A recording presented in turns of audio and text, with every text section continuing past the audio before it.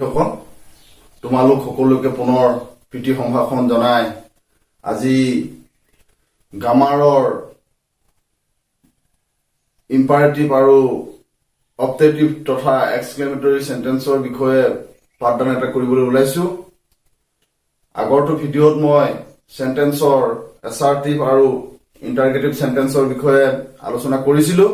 হেহে আজি মই পুনৰ এটা ভিডিঅ' লৈ তোমালোকৰ ওচৰলৈ আহিছো। গতিকে তোমালোকে তোমালোকৰ ঘৰত গ্ৰামাৰ কিতাপখন কলম বহি উলিয়াই মই বুজুৱাই যোৱাৰ দৰে বুজিবলৈ যত্ন কৰিবা। এই বাক্যৰ ৩ নম্বৰ ভাগটো হ'ল imperative. IMPERATIVE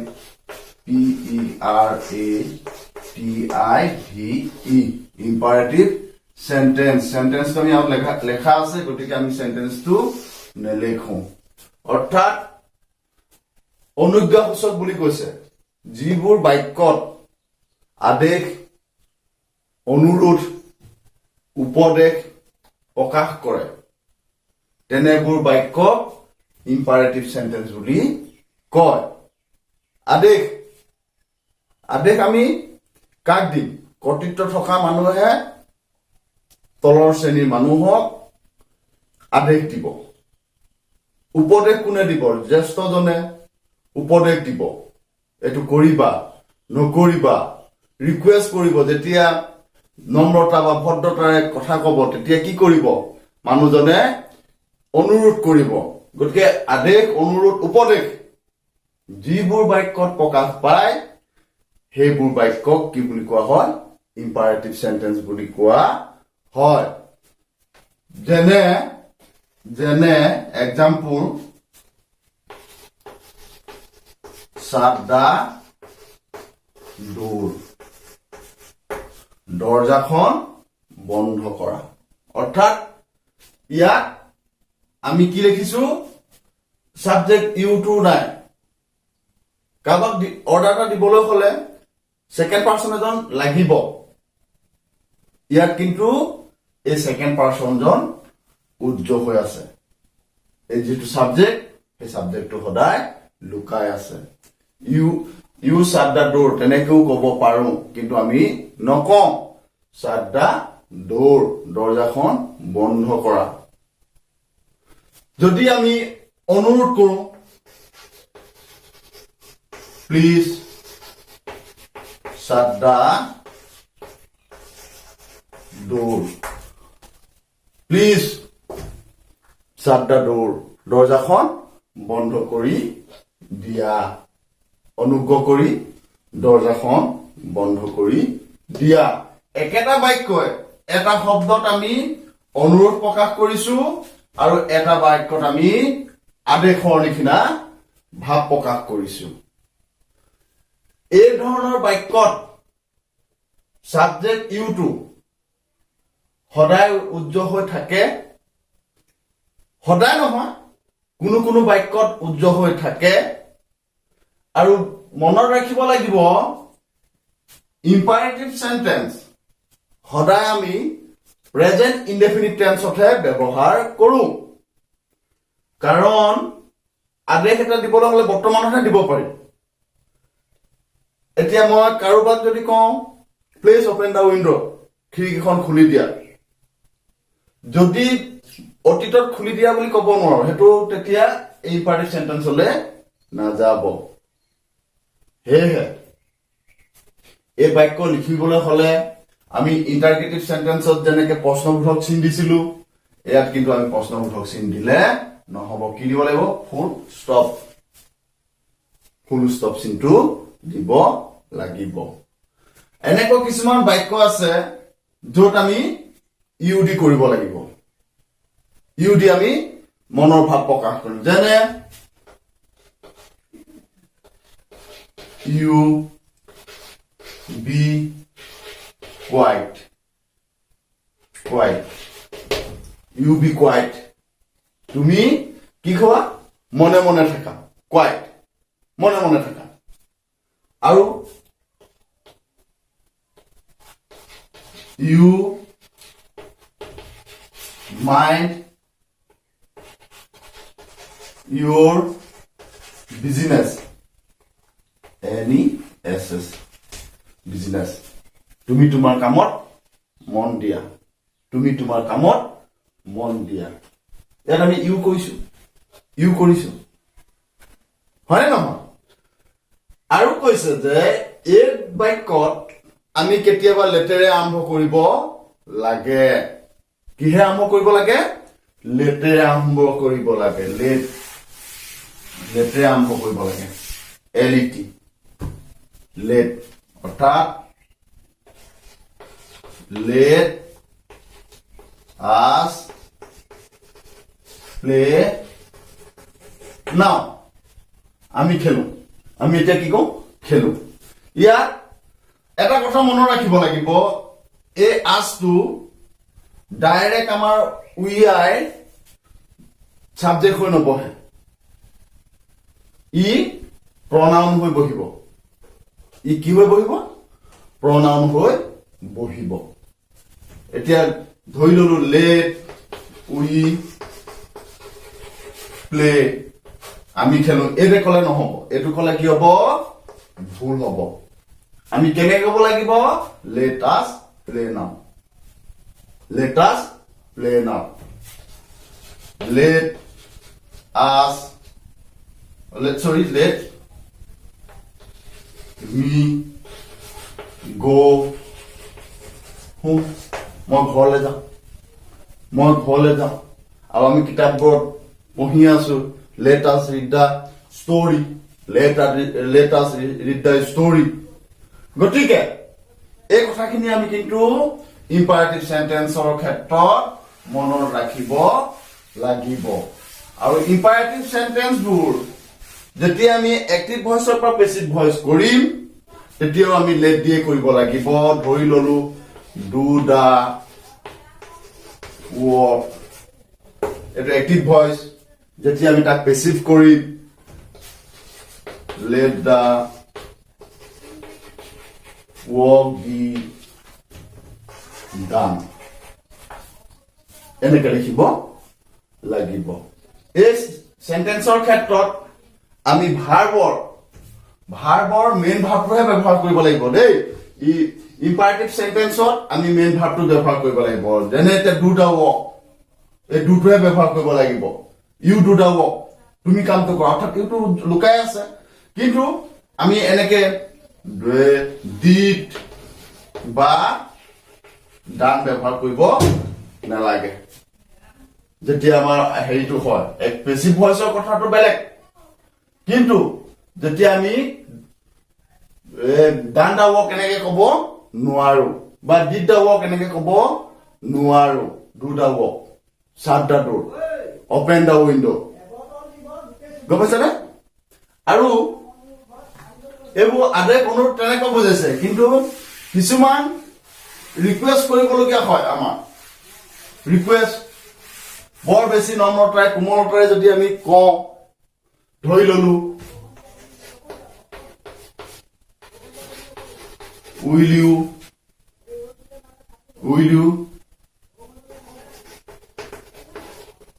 you give me your pen please? তোমাৰ কলমটো মোক দিবানে? অনুগ্ৰহ কৰি তোমাৰ কলমটো মোক দিবানে? অৰ্থাৎ ইন্টাৰগেটিভ হৈ ইম্পাৰেটিভ সেন্টেন্স প্ৰকাশ কৰিছে, অনুৰোধ বুজাইছে। গতিকে ছাত্ৰ ছাত্ৰীসকল, ইম্পাৰেটিভ সেন্টেন্সবোৰ যিবোৰ বাক্যই কোনো আদেশ, অনুৰোধ, উপদেশ প্ৰকাশ কৰে তেনেবোৰ বাক্যক আমি ইম্পাৰেটিভ সেন্টেন্স বুলি কওঁ। ইম্পাৰেটিভ সেন্টেন্সৰ সদায় প্ৰেজেন্ট টেন্সত ব্যৱহাৰ হয়, প্ৰেজেন্ট ইনডেফিনিট টেন্সত ব্যৱহাৰ হয়। ইম্পাৰেটিভ সেন্টেন্স লিখিবলৈ হলে আমি বাক্যৰ শেষত ফুল ষ্টপ দিব লাগিব। আৰু সচৰাচৰ ইম্পাৰেটিভ সেন্টেন্সৰ সাবজেক্টটো, যিটো আমাৰ ইউ সাবজেক্টটো, উজ্জ্বল হৈ থাকে। কিন্তু কোনো কোনো ক্ষেত্ৰত আমি ইউ দিও বাক্যটো গঠন কৰো। ঠিক আছে। এতিয়া আমি অপটেটিভ সেন্টেন্সৰ বিষয়লৈ যাম। সেন্টেন্সৰ 4 নম্বৰ ভাগ অপটেটিভ সেন্টেন্স সেন্টেন্সৰ কেই নম্বৰ ভাগ এটো 4 নম্বৰ ভাগ কি অপটেটিভ অপটেটিভ অৰ্থাৎ আকাংক্ষাসূচক বাক্য যিবোৰ বাক্যত আশীৰ্বাদ সূচক বাক্য যিবোৰ বাক্যত আশীৰ্বাদ প্ৰকাশ পায় আশীৰ্বাদ আমি কাক দিম যেতিয়া আমাৰ আপোন হ'ব যেতিয়া আমাৰ শুভাকাংক্ষী হ'ব যাক আমি মনে প্ৰাণে ভাল পাওঁ তেওঁ উজ্জ্বল কামনা কৰিম আমি আশীৰ্বাদ দিম অভিশাপ নহয় কি দিম আশীৰ্বাদ দিম গতিকে আশীৰ্বাদ প্ৰকাশ পোৱা বাক্যবোৰক অপটেটিভ সেন্টেন্স বোলে যেনে may you be happy তুমি কি হোৱা সুখী হোৱা তুমি কি হোৱা সুখী হোৱা long live the president ৰাষ্ট্ৰপতিজন কি হওক দীৰ্ঘজীৱী হওক ৰাষ্ট্ৰপতিজন কি হওক দীৰ্ঘজীৱী হওক ৰাষ্ট্ৰপতিজন কি হওক দীৰ্ঘজীৱী হওক গতিকে এই এনেকুৱা বাক্যবোৰ আমি অপটেটিভ সেন্টেন্স বুলি কওঁ গম পাইছানে মে গড ব্লেছ ইউ ভগৱানে তোমাক মংগল কৰক আমি কেতিয়া কওঁ যেতিয়া সেই মানুহজনক ভাল পাওঁ তেতিয়া আমি তেনেকুৱা ধৰণৰ বাক্য প্ৰকাশ কৰিম আৰু এই বাক্যবোৰ লিখোঁতে আমি যেনেকে প্ৰশ্ন ইন্টাৰগেটিভ সেন্টেন্সত প্ৰশ্নবোধক দিছিলো এইবোৰ কিন্তু প্ৰশ্নবোধক দিলে নহব আমি কি দিব লাগিব হেৰি দিব লাগিব ফুল ষ্টপটো দিব লাগিব আমি 5 নম্বৰটো আলোচনা কৰো 5 নম্বৰটো কি সেন্টেন্সৰ 5 নম্বৰ ভাগটো exclamatory exclamatory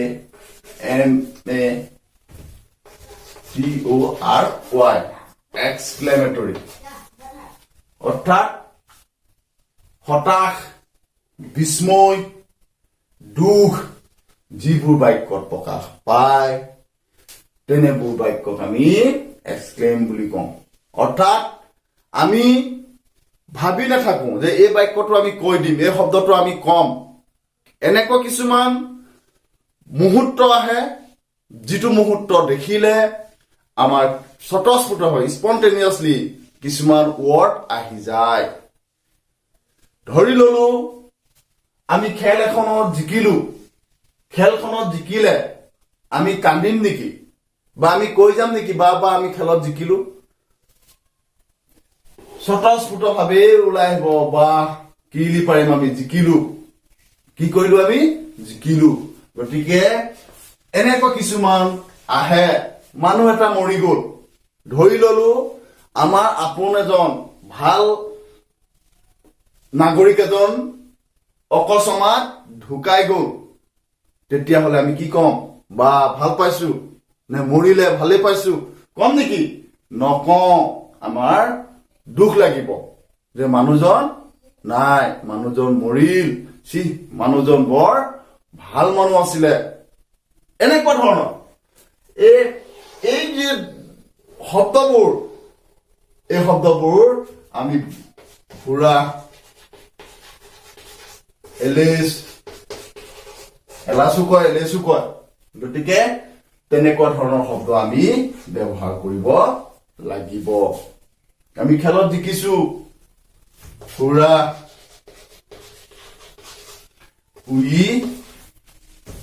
মাৰা দিব লাগিব উই have won the match we have won the match আমি খেলত জিকিলো আৰু যদি আমি তাকে নকৰো তেতিয়াহ'লে কি হ'ব এই বাক্যটো এক্সক্লেমেটৰী সেন্টেন্সত নপৰিব আৰু কিছুমান কথা আছে এলএছ এটো কৈ লওঁ LS D boy is dead. ল'ৰাটো মৰিল। ইয়াত কিন্তু এই ফুল ষ্টপৰ ঠাইত আমি এইডাল দিব লাগিব, এক্সক্লেমেটৰী মাৰ্ক, অৰ্থাৎ এইডাল দিব লাগিব, হয়নে? আৰু এইকেইটাৰ কথা এটা কওঁ, মই ডাঙৰ 2-3খন পঢ়িছো, কিন্তু কোনো কোনো বাক্যত অৰ্থাৎ এই সেন্টেন্সৰ এখন 2খন কিতাপত কোনো কোনো লিখকে এই হুৰাগুৰিত এই চিনডাল দিছে, কিন্তু কৈছে যে বাক্যৰ শেষত হয়, বাক্যৰ শেষত হলে তেতিয়াহলে ইয়াত দিব লাগিব আমি। কোনো কোনো গ্ৰামাৰত এইদৰে আছে, কোনো কোনো গ্ৰামাৰত এইদৰে আছে। গতিকে মোৰ বোধেৰো এক্সক্লেমেটৰী মাৰ্কটো সদায় বাক্যৰ শেষত লিখিব লাগে। আৰু এক্সক্লেমেটৰী বাক্যবোৰ যেতিয়া আমাৰ ধুনীয়া স্নেহ এটা দেখিম, ভাল মুহূৰ্ত এটা দেখিম, আমি কি কম? কিমান যে ধুনীয়া, হয়নে? What a fool am I, what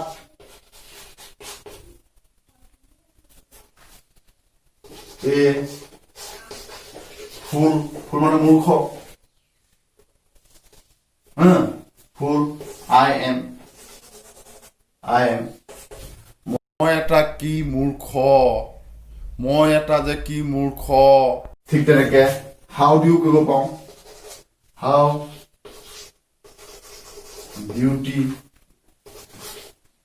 beautiful, how beautiful the girl is, ছোৱালীজনী কিমান যে ধুনীয়া, how beautiful the girl is, ছোৱালীজনী কিমান যে ধুনীয়া। অৰ্থাৎ এনেকে আমি এই ইম্পাৰেটিভ সেন্টেন্সবোৰ প্ৰকাশ কৰো। গতিকে মৰমৰ ছাত্ৰ ছাত্ৰীসকল, সেন্টেন্সৰ বিষয়ে আমি আৰু আছে কবলে, বিশেষকে এফাৰ্মেটিভৰ পৰা নিগেটিভ কেনেকে কৰে তাৰো আমি আলোচনা কৰিম, কিন্তু পাৰপজৰ অনুসৰি, উদ্দেশ্য অনুসৰি সেন্টেন্সৰ ভাগ 5টা আমি আলোচনা কৰিলো। এছাৰ্টিভ পালো, বৰ্ণনামূলক বাক্য, ইণ্টাৰগেটিভ পালো, প্ৰশ্নবোধক বাক্য, ইম্পাৰেটিভ পালো, অনুজ্ঞাসূচক বাক্য, অপটেটিভ পালো, আশীৰ্বাদসূচক বাক্য, এক্সক্লেমেটৰী সেন্টেন্স, বিস্ময়সূচক বাক্য। গতিকে এই বাক্যবোৰ কেনেকে লেখে, কি কৰে আমি ইতিমধ্যে আলোচনা কৰিলো। গতিকে তোমালোকৰ ঘৰত পাঠটো বুজিবলৈ যত্ন কৰিবা। ধন্যবাদ।